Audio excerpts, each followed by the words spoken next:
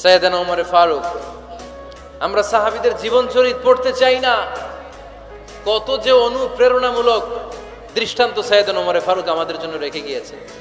ওমর ফারুক যখন খলিফা, দিনের বেলায় যদি রাষ্ট্রে কোনো নিয়ম জারি করতেন, দিনের বেলায় জনগণকে কোনো বিষয়ে যদি নিষেধ করতেন, রাত্রে বেলায় খাওয়ার সময় ফ্যামিলি মেম্বারদের সবাইকে বলতেন, এই দিনের বেলা আমি জনগণকে এই কাজ করতে নিষেধ করেছি, তোমরা আমার ফ্যামিলি মেম্বার, খবরদার তোমরা এই কাজ করো না। জনগণ করলে যতটুকু শাস্তি, তোরা করলে পাবি ডবল শাস্তি। সুবহানাল্লাহ কইবেন না?